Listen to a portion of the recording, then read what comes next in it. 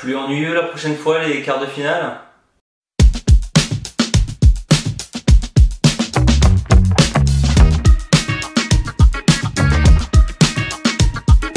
Salut à tous, c'est Falk et aujourd'hui on se retrouve pour les pronostics de ces demi-finales de la Coupe d'Europe 2024. On a commencé avec ça pendant l'intro.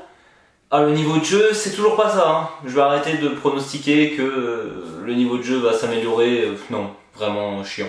Et on va tout de suite commencer par la première demi-finale qui nous intéresse, c'est-à-dire les Pays-Bas contre l'Angleterre. Et bon, là, les Anglais, il faudrait se mettre en route un jour. Ça fait depuis le début de la compétition qu'on dit ça, même avec les matchs de préparation au final. Non, les gars, c'est pas possible. Ils étaient chiants à mourir à regarder pendant les phases de groupe.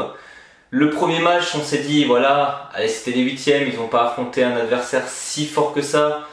Et malgré tout, ils sont sortis in extremis à la dernière seconde.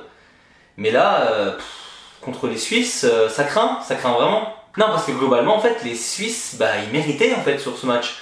Les Anglais, il n'y a rien dans le jeu. Alors évidemment, il y avait des phases de possession, ils avaient le pied sur le ballon, et encore heureux vu l'effectif qu'ils ont. Hein, et en face, c'est entre guillemets que la Suisse.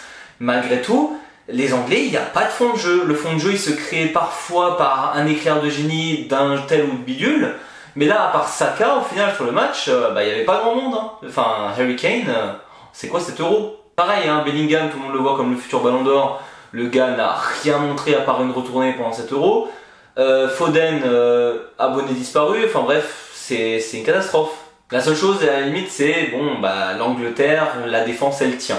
Elle tient et pourtant les Suisses ils ont beaucoup attaqué. Ce que j'ai préféré au final pendant ce match, c'est vraiment le match de la Suisse au final, parce que les gars, ils savent que sur le plan individuel ils sont moins forts que les Anglais, heureusement, hein. Et au final, ils ont continué à jouer leur jeu et ils sont restés agressifs sur le ballon. Et il y a eu énormément de fois où ils auraient dû tout simplement marquer. Malheureusement, ils réussissent à mettre le 1-0 et les Anglais égalisent quelques minutes après. Voilà, c'est le jeu. Mais globalement, l'Angleterre, à part ce but, n'a rien montré pendant le match et c'est juste contenté de jouer le temps. Et généralement, on fait ça quand on mène, pas quand on est mené ou quand il y a match nul. C'est très bizarre comme tactique. Et bon, les tirs au but, c'est généralement petit bonheur à la chance. Et Akanji, il va falloir m'expliquer à quel moment tu fais une passe au gardien dès le premier tireur. Enfin bref, c'est ce tir au but, j'ai pas compris. Vraiment, le gars fait juste une passe. Bon, les Anglais gagnent au tir au but. Tant pis pour les Suisses et tant mieux pour les Anglais, je suppose. Le match Pays-Bas-Turquie, c'était vraiment celui que j'attendais le moins et au final, déjà c'est le seul match qui n'a pas fini en prolongation. Ça fait plaisir parce qu'au final, quand on est censé regarder que 1h30 de match et qu'on fait 2 fois 1h30 le jour d'avant, ça commence à faire beaucoup, hein, surtout quand c'est le match de l'équipe de France et que du coup t'as juste envie de dormir. Mais voilà, les Pays-Bas, ils ont réussi à gagner ce match qui était plutôt disputé, hein, je ne m'attendais pas à ça. Clairement les Turcs, je pense que je les sous-estime pas mal depuis le début de l'Euro. Et en même temps, ils n'ont pas montré grand chose pendant les phases de poule. Et contre l'Autriche, je maintiens que l'Autriche était meilleure et que les Turcs s'en sont sortis in extremis. Et malgré ça, en fait, ils étaient pas si mauvais que ça contre les Pays-Bas. Je dirais même que globalement, j'ai trouvé les Turcs plus menaçants sur le plan offensif et que les Pays-Bas peuvent tout simplement remercier leur gardien. Alors effectivement, il a l'air horrible sur le premier but des Turcs, d'ailleurs sur le seul but des Turcs. Il devait sauter pour récupérer le ballon, tant pis, mais il les a sauvés plus d'une fois. Et la défense des Pays-Bas aussi d'ailleurs. Après, il n'y a pas à dire, tactiquement parlant, les Pays-Bas sont plus forts que les Turcs, hein, ils ont plus d'individualité forte dans leur pays, on le sait. Pendant le match, Xavi Simons qui prend entre guillemets que jaune, je pense que ça se discute vraiment, hein, parce qu'il y va quand même très très fort sur la cheville du gars turc à ce moment-là. Donc ça aurait pu aussi changer le cours du match s'il avait pris rouge dès le début. Mais bon, voilà, pas de résilience et un très très gros point fort de cette équipe des Pays-Bas, c'est quand même le jeu de tête. Hein, ils ont des très très bons joueurs au niveau de la tête, ils ont des très grands attaquants et du coup ça leur a profité et ils ont marqué un but. Et le deuxième but vient du meilleur buteur de cet Euro qui est toujours CSC. Je crois qu'on est à 14 ou 15, un truc comme ça, enfin c'est une dinguerie. Bon, même sans lui, Gakpo marquait ce but, voilà. Mais voilà, au final, les Pays-Bas passent en demi. Je pensais qu'ils allaient choke en début d'Euro. Et au final, ils sont là, il faut dire ce qui est. Hein. Bon, ils n'ont pas affronté non plus les plus grosses nations du monde actuellement. Mais ils sont en demi-finale contre les Anglais. Et franchement, vu le jeu des deux équipes, ça fait peur pour une demi-finale. Donc d'un côté, on a une équipe d'Angleterre que tout le monde voyait comme un des grands favoris de cet Euro, qui ne propose aucun jeu, clairement.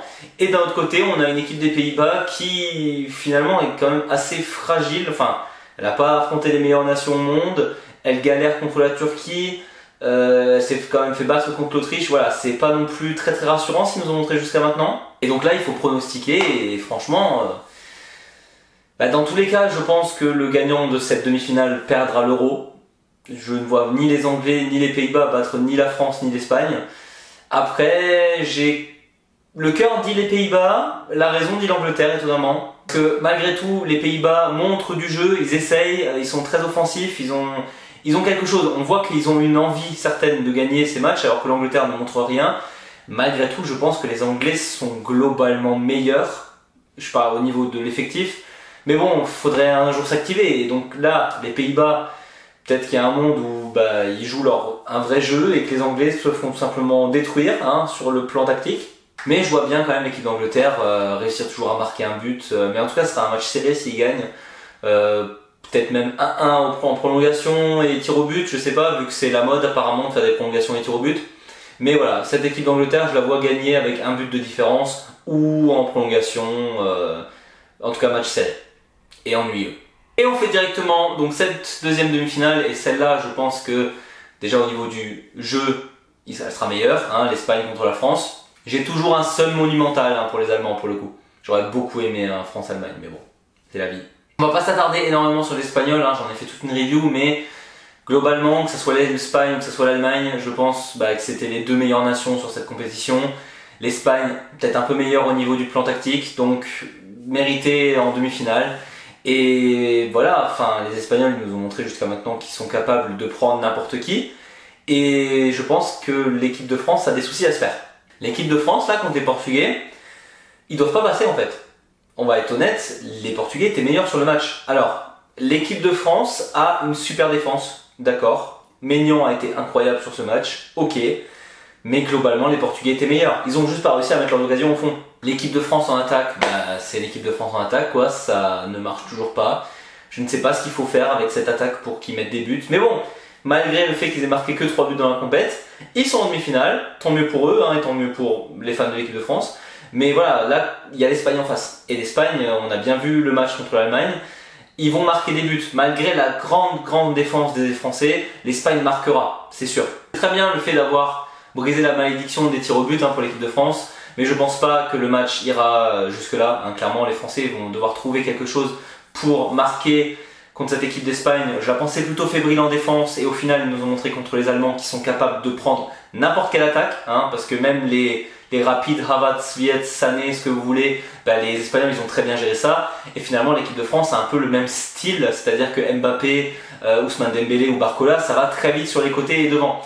Et les Espagnols, ils ont les joueurs pour arrêter ce genre d'attaque. Donc il va falloir un peu plus peut-être de folie de la part des équipes de l'équipe de France pour réussir à trouver la faille contre cette équipe d'Espagne. Sachant que même Pedri est blessé jusqu'à la fin de l'Euro avec ce tacle de Kroos, mais Olmo fait très bien le travail en 10, il n'y a pas de souci. Donc va falloir trouver les failles sur cette défense, va surtout falloir que l'équipe de France soit encore meilleure en défense parce qu'ils n'ont pas affronté une équipe aussi forte jusqu'à maintenant. Clairement, même les Portugais étaient très bons, les Espagnols c'est 1 voire 2 crans au-dessus. En étant quand même fan de cette équipe de France et en espérant un peu quand même que la France venge l'Allemagne, je vois malgré tout les Espagnols gagner et on va être gentil, on va dire 2-1 pour l'Espagne parce que je vois pas les Français battre ces Espagnols là, ou alors sur un jeu extrêmement défensif où ça va jusqu'en prolongation et éventuellement ça marque un but, pourquoi pas.